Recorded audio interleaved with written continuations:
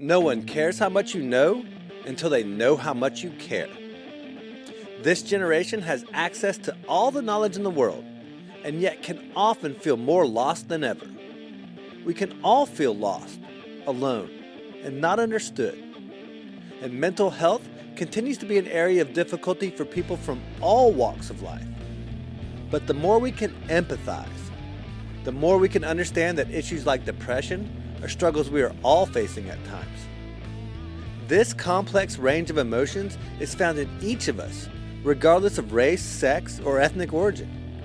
Recognizing that and being able to relate allows us to be heard, felt, appreciated. That's why empathy always wins. Growing up in Egypt and attending university in Toronto, Ali Salama had some pretty incredible experiences growing up. From literally getting stabbed in the back over a girl to swimming at nationals for a shot at the Olympics, Ali has experienced some of the highest highs and the lowest lows. This led him to seek a path of therapeutic recovery that he had previously been too proud and culturally biased to even consider. But through that transformational process, Ali not only discovered who he was, but as fate often does, Ali found his calling. Now the host of the Empathy Always Wins podcast, Ali is sharing his story with youth all around the world, letting them know they are not alone and that he is dealing with many of the same issues, empathizing with their pain and their fear, but most of all, their hope of better things to come. And he is definitely a great example of that. Allow me to introduce the mental health ambassador to the Middle East, Ali Salama.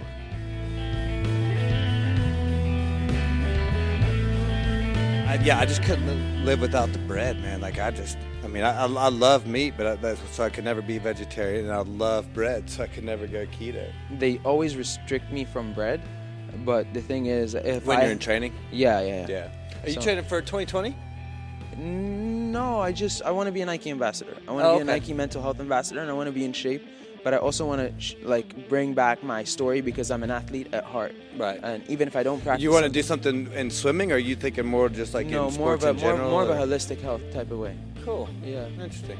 So what are you doing exercise-wise these days? You doing gym stuff mostly? You just hit the gym, or you still doing much swimming at all? It's functional training. Yeah, functional training. I love functional. I'm a high-intensity functional training. Big fan of that. Well, you call it CrossFit, call it whatever you want. Is your version of that? Some kind of a CrossFit? I'm a level 1 trainer for CrossFit. Okay, yeah, cool. But I have a trainer that trains me as well.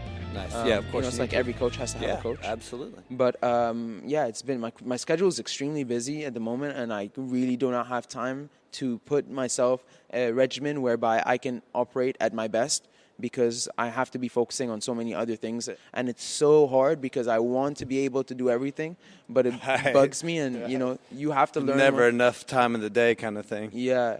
Can you believe this thing is over with, man? I can't believe it. It's unbelievable. It's weird to see it empty out and things kind of calm down a little bit. But you know what? I really like the people here more so than anything else. I feel like the people here were really, really special. Oh, man. How's everything your end? How are you feeling? Doing great, man. I've got, like I said, everybody else is shutting down. I'm just getting up to speed. I've got a full day of interviews tomorrow, but everything at this point is a bonus. So I've gotten everything that I hope to get and then some. So if you don't mind me asking, so what is the goal with the podcast? What is the goal of my podcast? Yeah. Is it just to meet? Because some people do it as a hobby. Some people do it to monetize. Some people do it to I just want to understand more. So what is your end in mind with all?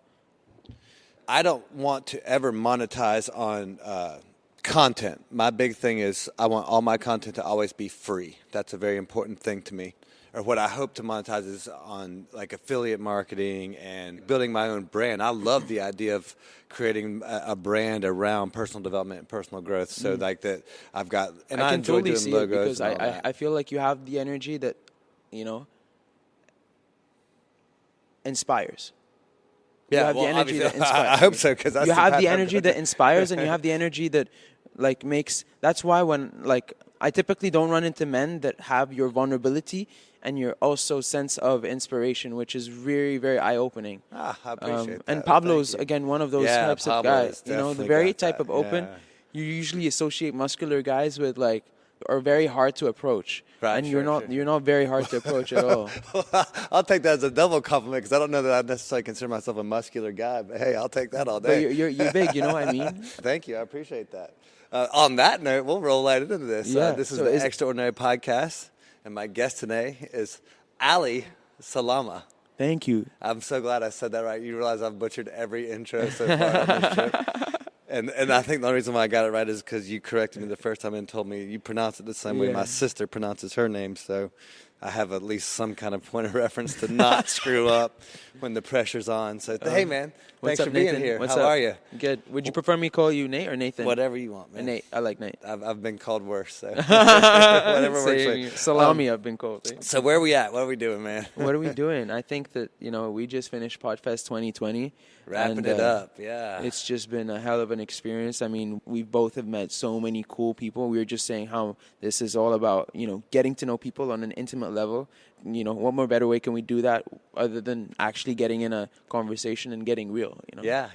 It's funny when I first scheduled the conference to come down here, one of the main reasons I did it was because I had some doctors down here that I was trying to interview, and I kind of had the agenda of Podfest over here and interviews over here, and kind of was like separating it as part of the trip. And then after talking to you and Pablo and we're doing all this exchanging, we're going to talk to you about being on the podcast. We're going to talk to you about being, and I'm like, well, I've got my gear here. Why am I not just getting you on the podcast? So that's exactly what I started. I was like, well, hey, if you're around and we're here, because my big thing is doing them in person. And when am I going to see you in person again? Who knows? Not till the next Podfest, maybe. So hopefully not that long. But it's like you got to take advantage while you can. And it never even occurred to me to go after it that way. But I'm glad that you were able to find some time and we were able to work out the schedule to get together, man. I'm really excited. Dude, I think what you're doing is amazing. I wish I could do my personal podcast in person.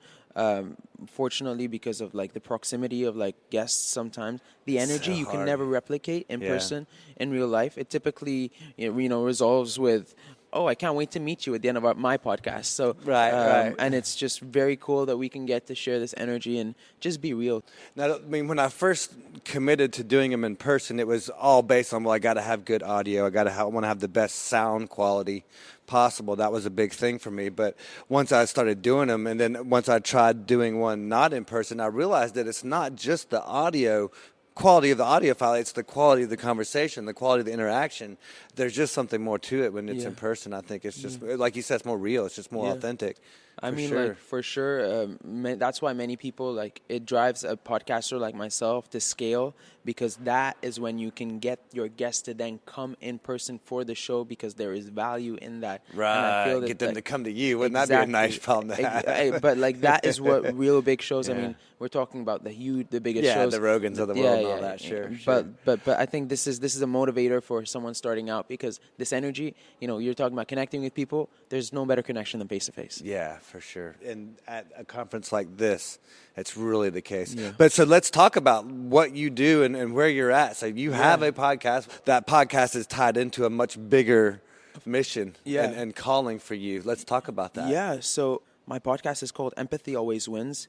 I also am the Middle East mental health ambassador, but that all started from a very personal story. I was going to ask you, if you don't mind. I never planned. I was a professional swimmer. I swam in 2014 at the World Championships. I then, started university in Canada. I moved to Canada by myself when I was 17 as well. I was a very, go kill it type of mentality. I never even believed in mental health. And I'm okay saying that. I'm okay saying, I used to make fun of people that, were a little bit, whatever. You're going to go see a shrink? What's wrong with you? We all that's have for tough crazy lives. people. Yeah. Sure. And, I just never...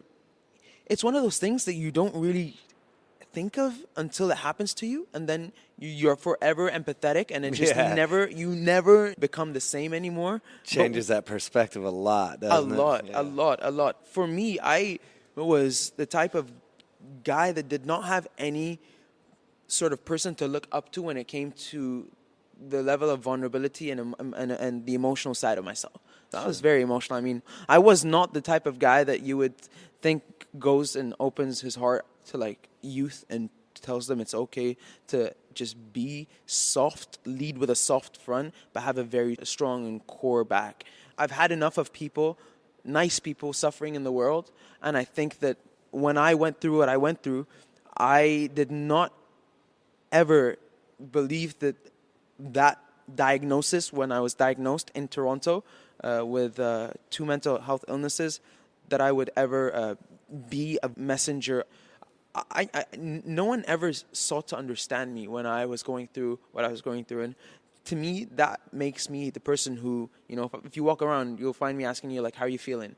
You know, Yeah. that type so of what was that for you that was that shift from going from big jock, puffed out chest kind of mentality? What happened to go from that to I got a place where diagnosed. you were diagnosed? I mean, but something that had to Yeah. happen in your life to go from Yeah. feeling that way to then at least Yeah. hopefully like seeking the help, right? Like acknowledging that there's something.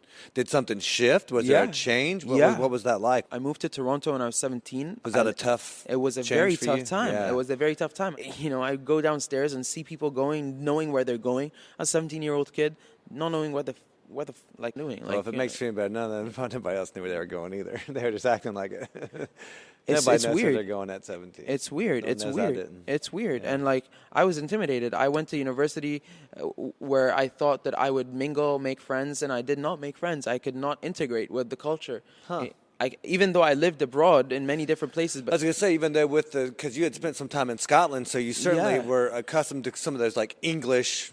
dude, it kinda- wasn't about that. My English yeah. was super. I didn't even look, you know, I was never racially, you know. You didn't have to deal with much I didn't- prejudice or I didn't. I've racism never or had anything to like deal that? with any of that. Well, that's good. Well, that's because you're a good-looking kid. That's No, why but you're like, dude, it's not about that. I don't give a fuck about how I look. It was Right. just about the feeling. I needed to feel Yeah. connected. Yeah. It's been a while since I ever felt like home. But even though, despite being a good-looking kid that was athletic and all that, you still kind of struggled to have that connection with people. Yeah, all the kids, all that they wanted to do at first year university was sleep with girls and drink and whatever. play and- hockey. yeah, and like I just wasn't about that. I mean, I got stabbed when I was 15 years old.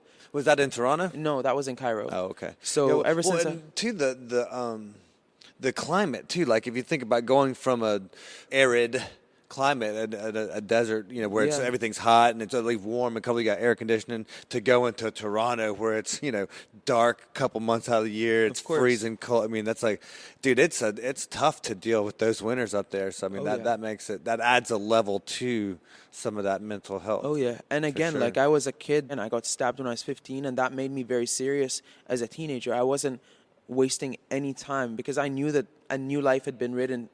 for me. Did you deal with any post traumatic stress from that 100%. experience? I was gonna didn't- I 'cause didn't that, say- that was probably where some of those seeds may have first started. Of course, and the when mental illness I stuff went that to my you're doing. therapist, I realized that there are things that starts to surface up. And like you see, I told you that I was this kid and swimming in high school. You know, that was the water polo, whatever. But I never dated at high school. Huh. I never dated. Interesting. I didn't have the confidence to date, bro. I had no. I looked good, But you know what that interaction was supposed to be like. but you know I what was necessarily- afraid to get committed. And I say that right now because there were two girls, and I know those two girls very well because I'm still in touch with them. And one of them just sent me a message, "Hey, I'm getting married." I know them very well, and I know how I felt towards them. And if you ask me, well, Ali, what was stopping you from that? I'd be like, I don't know. I just wasn't courageous. I would, ever since I got stabbed, that was the time where I swore to myself, I'll be the strongest person I know.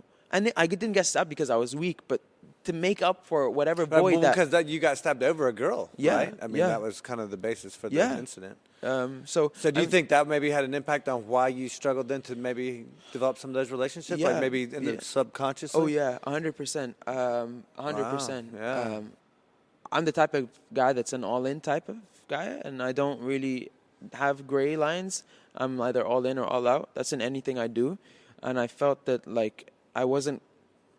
If you see when something like that happens, you're not confident enough to be all in with someone because of trust issues and stuff that I had to deal with when I was with my therapist. And you know what? I eventually dated someone after like third year university, when I started to recover. Once you were starting to see Yeah. somebody, a therapist as Yeah, well? yeah. Nice. I had to be able to, prove to myself that I was able to Yeah, be right. Well, it's committed. a big step. Right? Yeah. You start taking those steps. You start the only way to start having a committed relationship is to start taking some of those. And that was steps towards them. that was a huge part of my progress as well, That's because awesome. you have Good to for you. challenge your deepest, darkest notions in yourself. I thought at one point I was gay.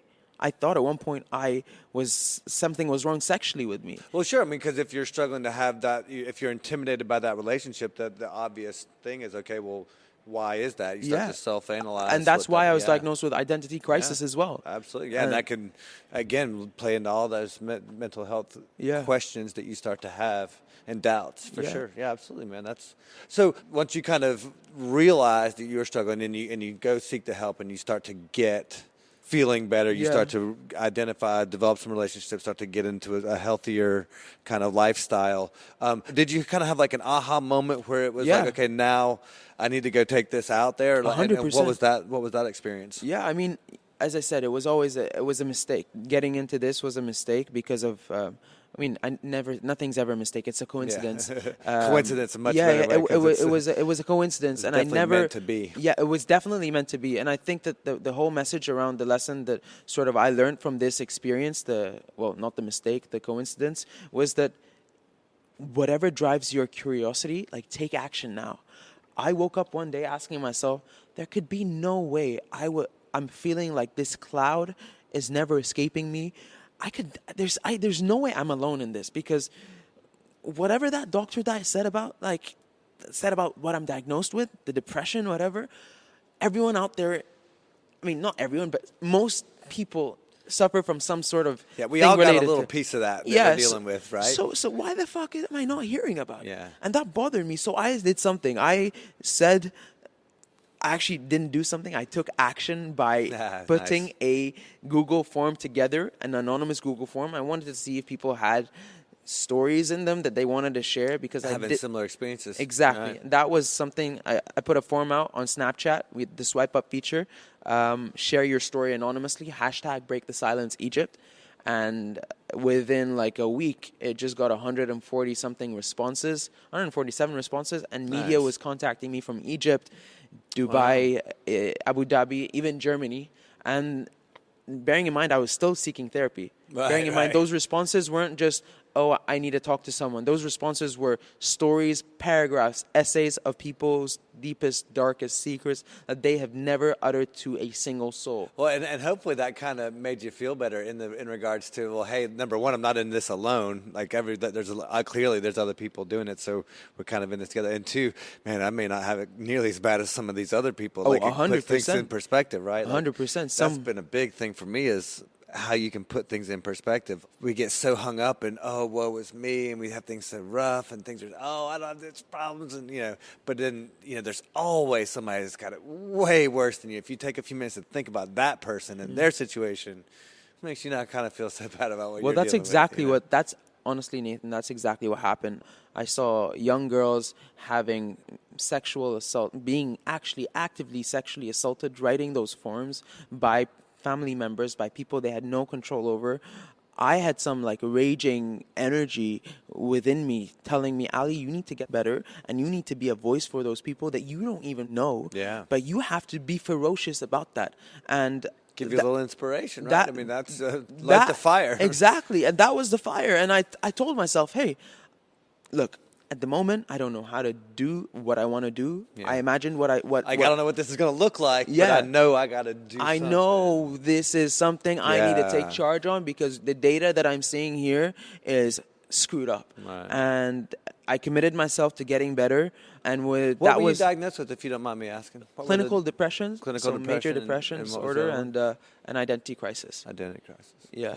And everything. Thanks for sharing that. No, it's all right. It's so important that we realize that our diagnoses aren't us. So it's very important that you are not depressed. You have depression. You are not. You're not identified. That's not who you are. It's a feeling it's so that important.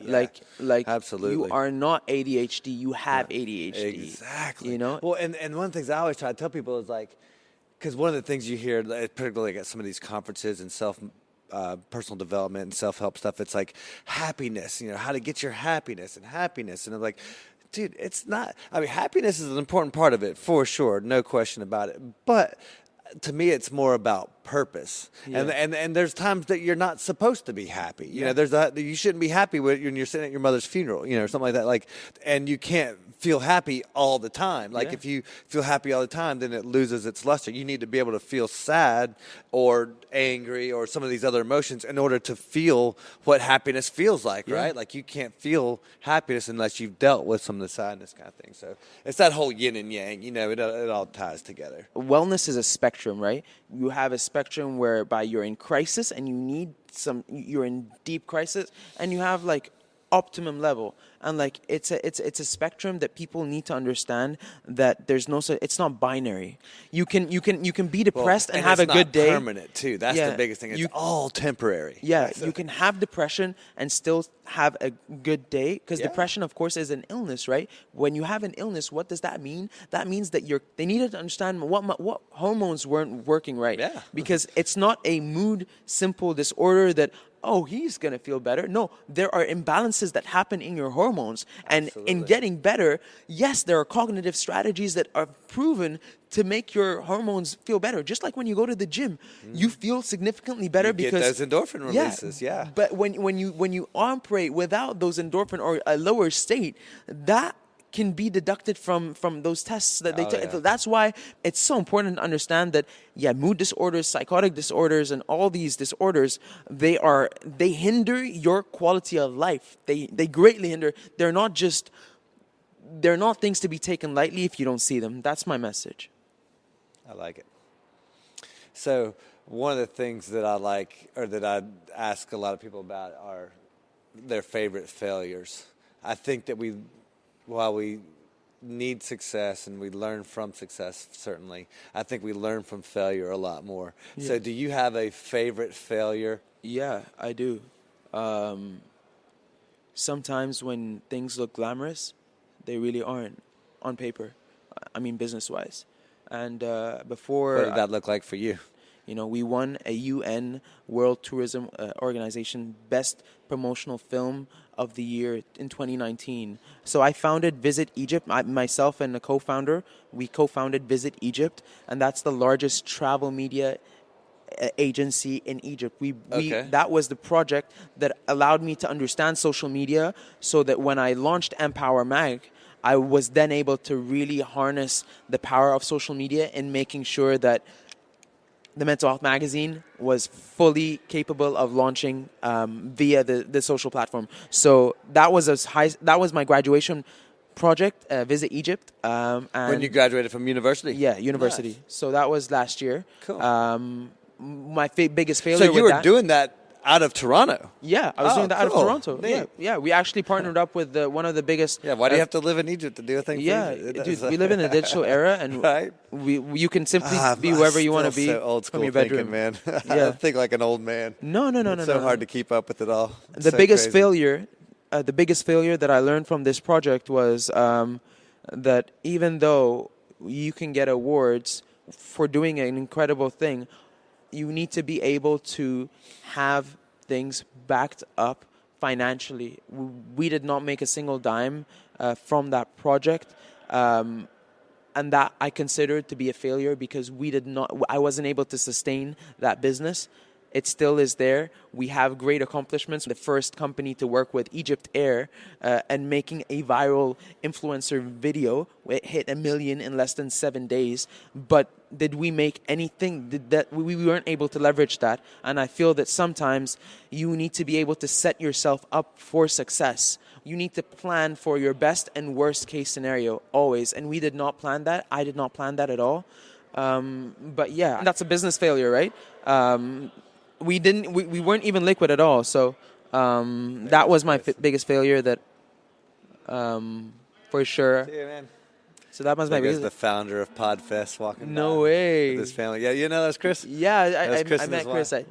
I didn't catch a face. But yeah, Sorry, I think that was. Interrupt you. Sorry about that. No, you didn't interrupt me. I think liquidity is very. Look, I think I studied entrepreneurship and innovation. What did you take away from that experience? You have to plan for, and you have to budget well.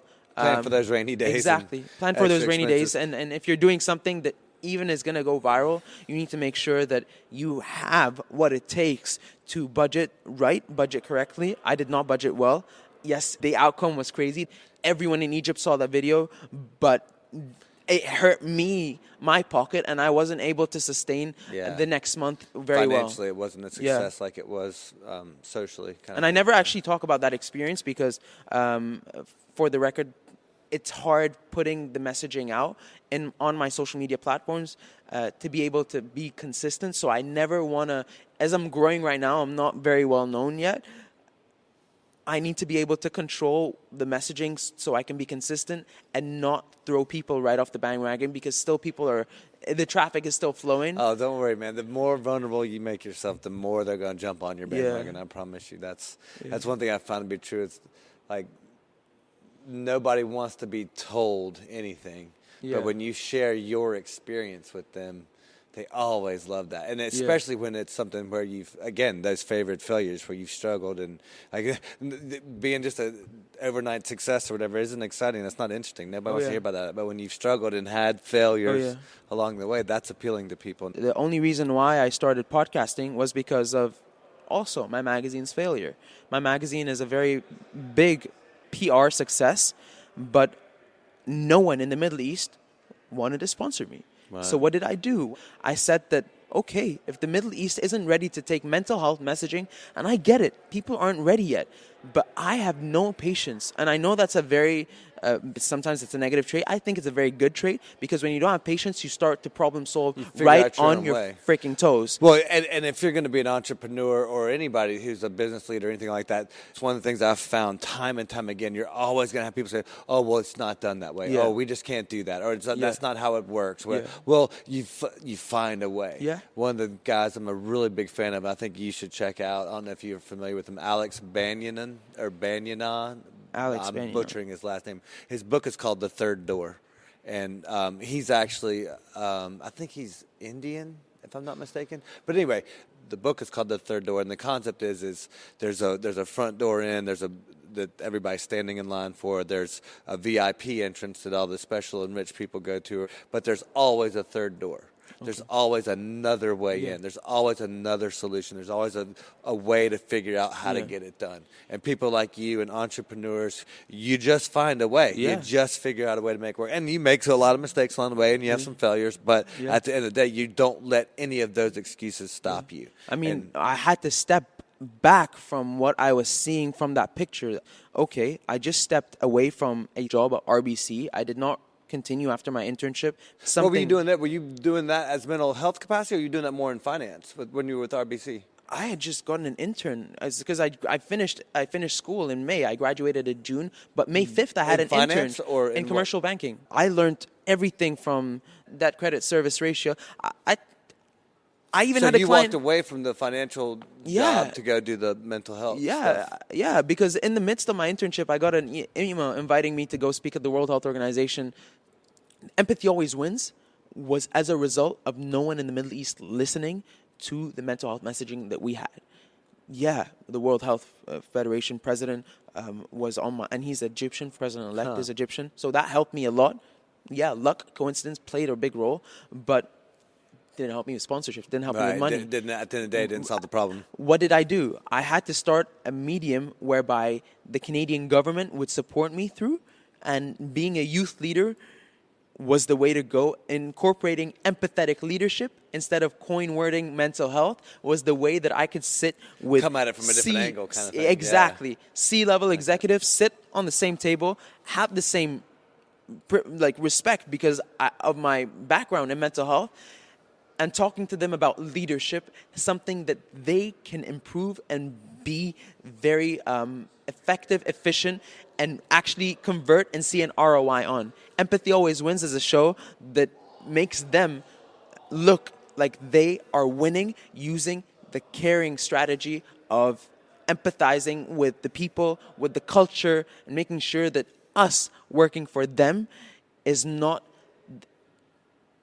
traditional and isn't really intimidating, but it's more of we're all working together, and it's a two-way street rather than the traditional one-way leadership street, rather than the authoritative voice, which actually doesn't work nowadays. Of course not. Yeah, that never works.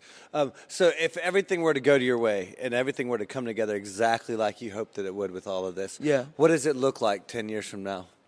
10 years from now? If everything were to go perfectly according to plan.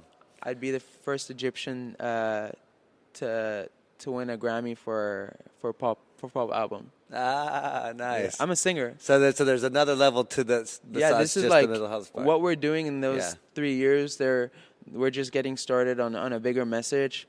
So from the mental health perspective and from the cause perspective, what would you hope that looks like? So 10 years Empower from now? definitely is gonna be the magazine that merges mental health with culture.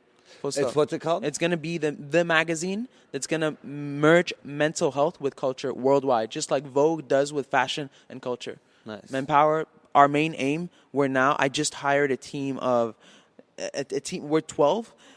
Living in 9 cities in 8 countries. Okay. And there's only one person who's a 30-year-old doctor. We're all under the age of 24. Nice. Well, that's so cool that you can do projects like that virtually and be spread out the way that you are. And everyone's involved. Everyone is I don't call them full-time writers, I call them ambassadors. Because everyone can step in my role any day that I choose to pursue music.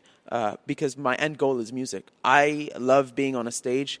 Whenever people ask me, like, well, what does that mean? Like, dude, you're doing mental health, whatever.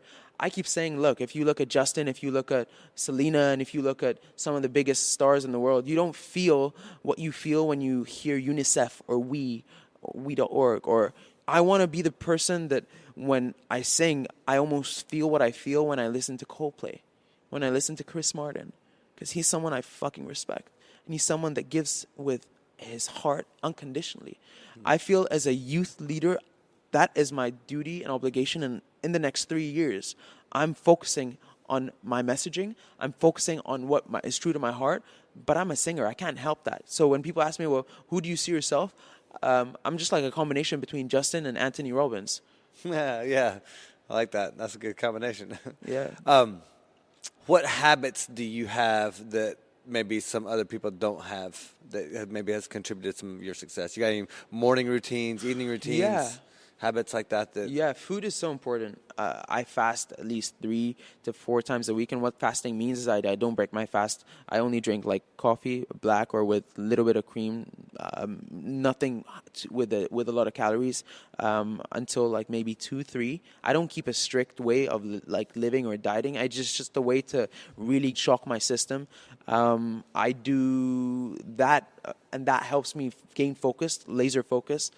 One thing that I also do is I have a personal trainer. I find that when you're having a busy schedule, having a personal trainer or not having a personal trainer doesn't really mean anything. That's to go through CrossFit, right? CrossFit. I train CrossFit, but mainly functional training, whether it's weight training. I'm a big fan of functional training. Yeah. We were talking about that earlier. It's a drug. It's a drug for me. I can't function in any other way. But more so, I think the really, really key to my whether you want to call it success or endeavors is my relationship with my mom.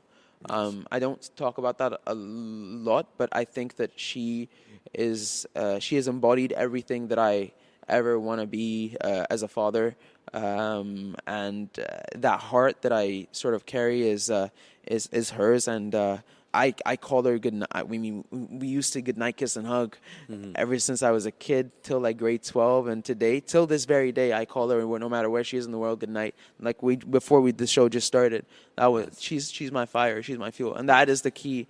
I feel like a lot of people have like morning routines, whatever. All this to me is bullshit, because if your soul isn't happy, then you can't do any of those functional, routine-y type of stuff. Yeah, they help, but what truly gets your soul on fire has to be some sort of love. Support systems. That support system to me is what got me out of a stage where on paper or to the world I was something which I wasn't. And that is what I highly recommend any of my best friends. I keep telling my best friends, I love you, bro, I love you. And I actually mean it. And I don't think that this is a sign of weakness, to the point where some people are like, dude, this word doesn't mean anything to you anymore when you have a significant other. I'm like, I don't love with my words.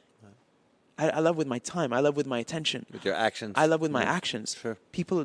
No one's going to receive that same level of attention, action, and care as someone that that's how you prioritize. And that's all right.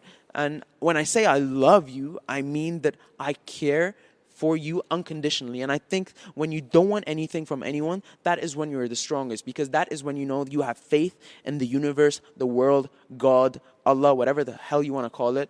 But we're all in this. We're all in this together. But that hasn't necessarily been the case with your dad, though. No. So why is that? Yeah, my dad. I love my dad. Growing up, of course, I wasn't close to him. Certain circumstances have led us to be, farther from what I really wanted us to sort of be. As I grew up, I started to realize why everything has become. Certainly, sometimes you need to let go of some stuff. Sure. Because it's definitely hurts you when you wanted something and you never got it. But you make it up when you realize that the love that he gave me was the best that he did, and me wanting something else is really I don't know how to put it, but it's a shame on me to feel like I did not give him kudos for him doing his best. And if someone's best is not good enough for you, then you just have to take it as it is, love him unconditionally, and make sure that you are that father. You don't become his father. You have a genuine, honest conversation with him, and you can love show him what it's supposed to look like. Exactly. Yeah. And next generation. And you know what? I always tell my friends, like, we don't penalize our parents. We do, but we shouldn't. We don't. We do, but we shouldn't. We shouldn't. Yeah. Like, this is not how. I know mine have done that with me. Yeah, I don't. I'm not a victim here. Like no matter what happened to me, I own my fucking life. Well, and only too, like, one of the things I like to think about is, it's easy to love someone who loves you and dotes on you and cares about you and shows you all that affection, like our moms do, for us. But to love someone who has a different way of expressing that, or even a different opinion about you, to love someone who doesn't, or whatever. And I'm not saying that's the situation with you at all or anything like that, but to have that kind of love, that's a different kind of love, and that I think that opens us up as better people when we can kind of take that step, like love your enemies kind of thing, like that whole concept. But that's empathy, right? That's why the show exactly is called what it is. Empathy That's Always empathy. Wins. Yeah, that's the name of the game. That's why I was real curious, because clearly you display that empathy and you display a lot of love for people. But I know that your relationship with your father was something that you struggled with. So that's why I was really still struggle with it, dude. Yeah. Like yesterday, I wanted to call him, and he was busy, and and you know what? Like, I still struggle with it, dude. Like, till today. I mean, I fucking love you, Dad, but I want to hear your voice more than like once every 4 months, Well, it's funny because as we're young men, and because I'm in your shoes now, and I was in your shoes not too long ago, and also I have sons now that are in your shoes, and or at least close to your age anyway, and I know that, like, there's some of that resentment, some of those feelings and whatnot, and something that questioning, well, what kind of job they did or whatever, and that was exactly how I felt that way, and for me, over time, what I come to realize is that really appreciate the job they did, and I've actually got to the point now where I've actually written my folks like apology letters saying, look, I'm sorry for the jerk that I was as a kid, like, forget about what they did. Like, I started spending some time thinking about some of the stuff I did, and I was like, dude, once you have kids, it kind of comes full circle, because when they do some of the stuff that you did, or even not even as bad as what you did, you're like, man, it's interesting how it all kind of, that karma is an interesting thing, But anyway. I think, like, I know it sounds cliche. I'm not going to say it word for word, not be the change you want to, that you want to see in the world, but be that person that you want to be very proud of. Yeah. Get 3 people, role models that you love, and sort of dissect them. Like, why do I like Tony Robbins? Why do I like maybe Chris Martin? Why do I like I don't know, Angelina Jolie or George Clooney, Amal Clooney? What characteristics in them stand out to me? Yeah, Amal has a great voice. She helps a lot of people. Tony, energy, driving force, powerhouse. Unbelievable energy, right? Unbelievable powerhouse. Chris Martin, love, music. All right, let's become all those three, because you cannot be anything but yourself, right? Yeah, you like those characteristics, but you've picked out that within yourself. You would have been that had they not even been here, because you would have explored that. Because But you the world, appreciate those characteristics. and what we see in people and what we admire amplifies just who we are, and that's sort of something I always take in my life. I believe we study get what we ask for too. Like if we ask for those things, they begin to manifest themselves. But that's a whole nother. I'm a huge believer in the law of attraction, 100%. Deep conversation for sure. So you've got a podcast. Who are some of the people that you hope to interview, or would you like to do? Who fascinates you besides those? Obviously, we got the Tony Robbins and Chris Martin, but like, who are some of the ones you hope to get on your podcast in the immediate future? It's funny because just right before the show, I was telling you that we got the hijabi face of Nike. Manal Rostom. She's living in the UAE at the moment, and we just got a yes from her. It doesn't matter, me being Muslim or me not being a Muslim. So you're going to do a podcast interview with her? Is that going to be the first step? That's going to be a first step. Because you guys are going to have a whole relationship. Exactly. Right? That's the first step. I'm targeting youth change makers, youth leaders, but I'm also targeting people that have had the courage to step in and do something completely different, because you know that saying where when you are the light, you allow others to shine as well. And like Nike is now producing hijabi products, like who the I know, who would have thought that? Who would have thought that, man? Like 5 years ago. 5 years ago, yeah. 5 years ago. So that's something that to me is fascinating. And if I put it into perspective, the one lady, again, she's a lady, I don't know why, woman I highly admire and I would pay my soul to have her on my show is Brené Brown.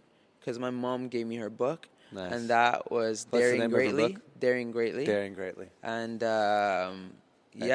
That's the quote I say. I think it was Daring Greatly. It was lead with a soft front and a strong back. That's my life's Bible. That's that Teddy Roosevelt quote too. Walk softly and carry a big stick. Yeah. Kind of concept. Yeah. So she's. My mom gave me that book when I was going through a tough time, and she told me, Ali, like this is your strength. I know this is a soft like book for you, but like if you are able to digest that, you'll be something. And I listened to her. So speaking of books, what are you currently reading right now? And do you mostly do audio books, or do you do old school hardback? Are you a Kindle guy? What are you? I'm a big fan of hard copy. Yeah, old school. I'm nice. old school for sure. For a young guy, I'm reading right now Thrive by Ariana Huffington. Also Never Split the Difference by Chris Voss is that's another good one. You're right in the wheelhouse. That's a smasher. Especially now I'm getting into negotiating deals for Empower, getting into some that's really going to come in handy for that. Sure. Really. But Ariana Huffington's book is revolutionary. I feel that she was one of those ferocious women that just dropped one day, and one day I'd love to interview her for sure and be with her. Her wellness magazine, Thrive, is amazing. She just moved out of HuffPost. It's amazing. Her story is fascinating. I love her story. Like to see, like you talk about inspiration, like going after and getting after it. It's great. When you were going through some of that, or diagnosing some of those mental health issues, was there any, and kind of going through a little bit of that self-discovery, we all kind of seem to have a similar story where we kind of had that moment of inspiration and kind of found our purpose and whatnot. Were there any books that you were reading at that time? Any books that inspired you at that particular time when you were at your lowest kind of thing? Yeah. My favorite author ever is Paulo Coelho. Everyone probably has heard of The Alchemist. It's a book. Okay. Yeah. Sure. And I've read The Alchemist probably like 8 to 9 times. So that's your book, huh? Yeah, that is my book. I think that's a book that a lot of people resonate with. Excellent. Especially the character Santiago, when he finds his treasure in Egypt. I'm from Egypt. I mean, that was a book that resonated with me. But there's another thing that I also want to say. My mom sent me a song. I keep referring to my mom because me and her share a shit ton of stuff together. It was a song called Hall of Fame by The Script. Written in the Hall of Fame, the world's gonna know your name. Oh, yeah, sure. And I remember she sent me that song, and I was in a very, very bad state. I was going to actually my school's counseling sessions, I swore to God that day that I get out of this, I will be the fiercest motherfucker I will ever be. And that's a song. Whenever comes anytime on, my juices are Well, that's what's on so fire. beautiful about music, man, is it can be such an inspirational thing, and like it's so therapeutic, and I mean, that's a big way of connection, like is through that music, man. I think, and a great way to share your message again. As well. It anchors, because you Yeah. hear sometimes a song, for example, you heard it in Orlando, Florida, or when you're in Cancun with your friends, and that becomes the song of that trip. Anytime you hear it, you're almost conditioned, You're and that's automatically going to take you back, right? taking you back, and for that's the sure. thing. For sure. So, do you consider yourself a night owl or early bird? I'm real curious, being a young fella such as yourself. It depends, really. When I'm in the state of creation, like when I'm in the state of execution, I'm an early bird. When I'm in the state of creation, I'm a night owl. When I need to execute, do admin stuff, write a book, do all that stuff, I will completely change my routine to be a morning person. However, when I'm writing a song, I need my creative element to come out, I'm a night guy. And it's very weird because I operate very well in the morning training, but I also operate insanely well at night, and I just find it very challenging to balance them both. Yeah, because you can't do both at the same time. Exactly. So it really depends. A big nap in the middle. And it depends on which phase I'm in. Right, or what you have going on at the cycle time. where I'm going on in my life. So, but at the moment, I'm definitely a night guy. I think by April, I'm going to be definitely a morning person when I need to sort of get on the second season of my show. So given that, what would an ideal everyday day look like for you? If everything was just like, if you could do whatever you want to, what would that look like? So wake up 6 a.m., train till 7:30. I usually sauna for 10-minute breakouts. And then I'd make sure I'm at the office before 8. I like to be the first. Typically, I'd have an office 9 to 5. I'll make sure that all my emails are on a sent. perfect day. You'd want to be working 9 to 5 in an office. Not in an office, but at a working space. Right, sure. And that's. I mean, when I say the office, I imagine a space that is open, no cubicles, open tables, no dividers, open tables, laptops out. Everyone's creative. I don't even have a place to sit. I hate the word CEO. I'm a chief fun officer. I'm not a chief executive. I make executive decisions, but I'm a fun officer. I'm a type of guy that wants to always make sure that everyone's having fun, but there is serious deadlines. But at the end of the day, we're doing that for the betterment of ourselves and our people. Enjoy what you do, kind of thing. So in that line of, in that vein of fun, what's your favorite item under $100 that you could not live without? That's a really good question. And take your time. Not that I any use rush. every day. Something that you could not live without. And I'm really curious from your perspective, being you like to exercise a lot and you have to travel quite a bit. So I'm real curious if either one of those things play into. I think it would be a portable charger.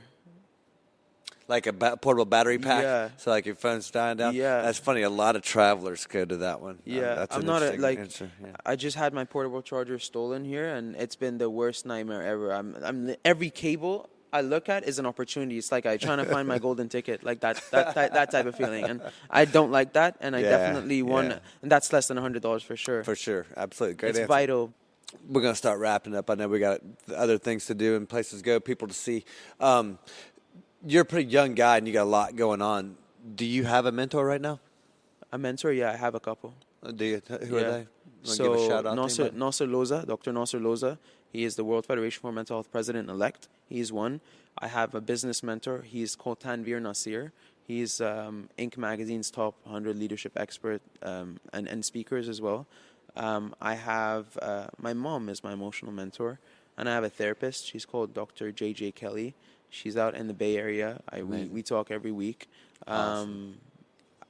More so, I have my best friend, Dan, and that guy lives in the UK, and we Skype every weekend. When I was depressed, when I had depression, I hate to say when I was depressed, when I had depression and I was struggling, that guy would call me every damn day on Skype, and I owe this guy every inch of my success. Yes. The guys like that you keep around, man. Those are he's a boxer too. He's a semi-pro boxer. He's fighting. Nice. He has a fight lined up in 2 weeks, and this guy does not fuck around. This guy, when he shakes, that's serious So business, when man. when you have a guy like that around you.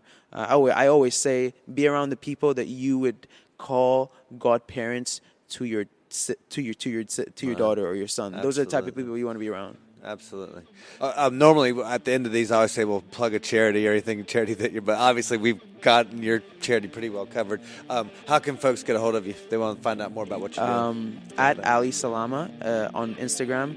Everything is there. I use Instagram. And spell that Ali, because I keep saying Ali and screwing up. It's Ali, but it's ALLY SALAMA. So instead of it's ALLY SALA. Instead of Salami, Ali Salami, it's Ali Salama. And that's, everyone kind of gets my name wrong. It's one L. Even in Podfest, they wrote one L on my thing. But it's okay. It's ALLY SALAMA. That's okay. Did you see Pablo's name tag? Yeah. Rodriguez. Yeah, Rodriguez. I was like, this guy's out of a mafia. Right? Yeah. He's so funny. Yeah. Well, hey, man, really appreciate you taking the time for us today. And best of luck with all you got going on, man. You've got a lot of good things going on. Thank you.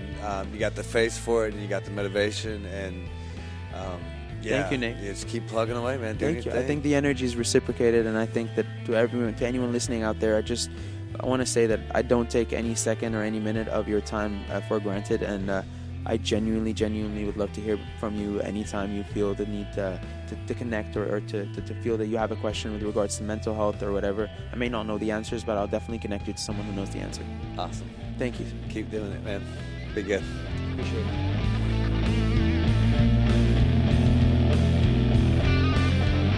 Hey, y'all.